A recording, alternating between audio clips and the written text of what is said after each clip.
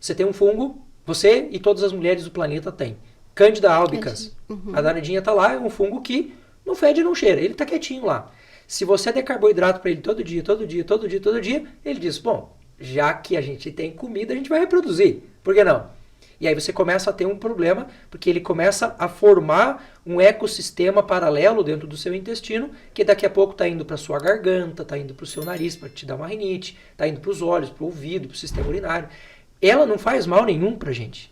Você pega um herpes zoster, ele não faz mal nenhum para você. Ele só vai agir se você estiver desequilibrado. Baixou a imunidade, o herpes, pum, estoura. Baixou a imunidade, Candida albicans estoura. Então, esse controle dessa nutrição em que a gente tem uma variação. Um dia eu comi arroz, outro dia não. Um dia eu comi feijão, outro dia não. Eu comi um ovo agora, posso comer um queijo amanhã. Esta variabilidade é o que você faria se você estivesse lá na natureza. Um dia tem maçã, outro dia não tem. Uma coisa que eu falo muito para os meus pacientes. Hoje a gente acha lindo e maravilhoso ir no mercado e comprar uma maçã que veio lá do Afeganistão. Você fala, não, mundo globalizado, que coisa bacana e tal. Para pensar comigo assim, ó. Neste clima, neste espaço, nessa condição, o teu corpo tem necessidades que no Afeganistão você não tem. Lá é quente, lá é totalmente diferente. Então, o que a natureza, o que a arquitetura divina que existe na natureza fez pra gente? Você tem no seu espaço o que você precisa para viver. Exemplo, no sul do Brasil. Tá frio, começa a pipocar bergamota em tudo que é canto. Vitamina C. É o que você precisa no inverno, pra você não baixar. Aí o que a gente faz? A gente vai comprar fruta de outro lugar. Não é que não seja interessante fazer isso. Entre comer e não comer nada, eu prefiro que você coma. Mas a gente precisa começar a entender que aquilo que está à nossa volta é o que o nosso corpo está precisando naquele momento. O momento que a gente está gravando agora é o momento de maçã, é o momento de amora, é o momento que você tem pêssego, que você tem ameixa. E é isso que o teu corpo está precisando agora. Ele está precisando de tanino, ele está precisando de antioxidante, porque o calor está aumentando, enfim. Você sai daqui e vai para o Nordeste. No Nordeste você tem outras frutas. Come as frutas do Nordeste. Você vai para São Paulo, é outro lugar.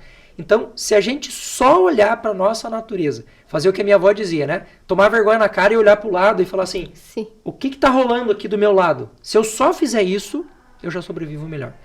Só que a gente vai conversar com as pessoas. Hoje mesmo eu atendi um paciente que diz, ele falou assim, perguntei para ele, né? Você come fruta e verdura em que proporção? Ele falou, não sei nem o que é isso. Aí como é que eu desinflamo um cara desse? Tem remédio para isso. O remédio pode baixar o potencial, mas ele vai voltar a inflamar amanhã de novo. Então olha para a natureza o que tem à sua volta. Ah, doutor, e suco natural? Tem pé de suco natural na natureza? Não, então ele não é natural. Eles criaram isso como uma estratégia de marketing para vender uma fruta que ia apodrecer lá no campo e que agora virou suco que pode ser vendida por mais tempo. Uma das causas de cirrose hepática não alcoólica no mundo hoje é excesso de suco, porque ele tem muita frutose. A frutose vai tudo para o fígado. O fígado não funciona, você não tem usina de energia no seu corpo. Então, ao invés de tomar o suco, coma fruta. Só isso. Então, é uma coisa muito lógica. Olhar para o seu lado e ver o que está rolando e absorver isso. Então, o ideal é não ter bebida com a comida mesmo. Você se concentra na comida. Eu aprendi isso. Que diz que a gente não pode esperar o sabor ou a gratificação na bebida, né? Na comida. E desde então, dá umas escorregadas. Mas nessa parte, acho que estou bem. E o que mais? O que a gente pode fazer para melhorar o foco, a memória, a atenção, a concentração? No cérebro, o ser humano é o bicho na natureza que tem o período de infância mais longo de todos. A gente vai infante até os 21 anos de idade. Bom, por que é assim? Porque o ser humano nasce parco nos seus instintos. A gente não sabe muita coisa a gente sabe pouquíssima coisa, diferente do gato, do cachorro, do cavalo, que sabe tudo. E a gente precisa aprender a viver. Só que para poder fazer esse processo de aprendizagem, a gente tem que criar e estabilizar as nossas redes neurais. O que a gente tem que entender em termos de ser humano? O ser humano que está no século XXI, ele foi programado nos 200 mil anos que vieram antes dele. Então eu não posso olhar para o mundo de hoje e pensar que porque eu estou aqui, eu sou moderno. Não. O seu corpo é pré-histórico, você é analógica ainda. Então, quando eu pego alguém que é sangue do tipo A, por exemplo, o sangue do tipo A, ele surgiu no período em que a gente estacionou e começou a ter agricultura. Então, a forma dele trabalhar é diferente. Um sangue do tipo A, eu posso tirar a carne dele que ele não vai ter problema nenhum. É verdade. Se eu tirar a carne do O, eu vou ter problema, porque ele é um caçador nato. Se eu tirar a carne do B, eu vou ter um problema. Então eu preciso olhar para essa natureza. Esses poucos padrões naturais que a gente tem, que vêm com a gente ainda altera no nosso dia a dia. Vou te dar um exemplo. Você sentou para comer agora. O que é que te dará satisfação? O que é sacietógeno para você? Um hormônio chamado leptina.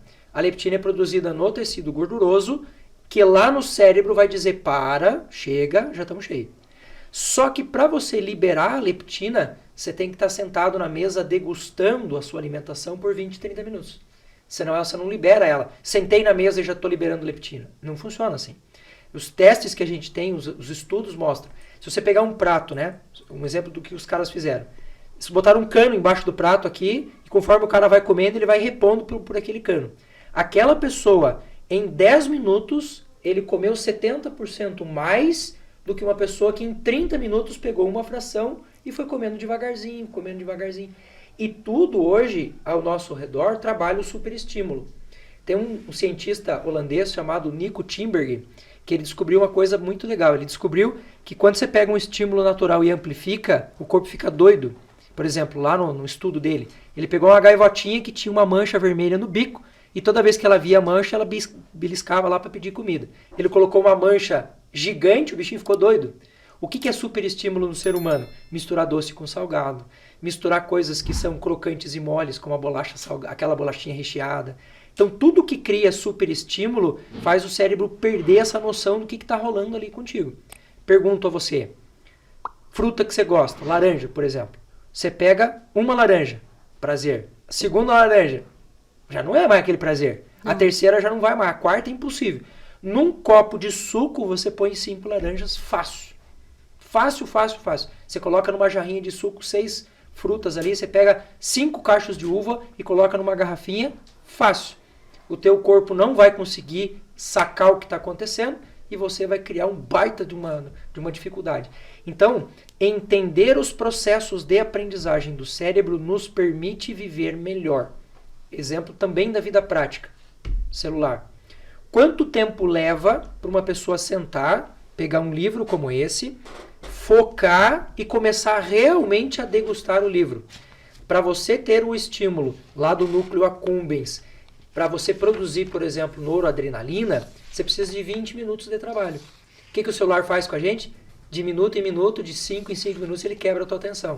O que teu cérebro aprende a fazer? A não focar mais em nada. Aí você não consegue mais pegar o livro e falar, que coisa legal.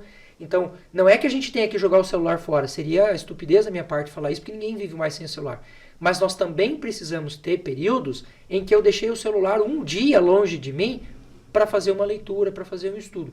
Então, quando você está preparado para fazer as duas coisas, vida legal. Quando você virou escravo disso aqui, você está lascado.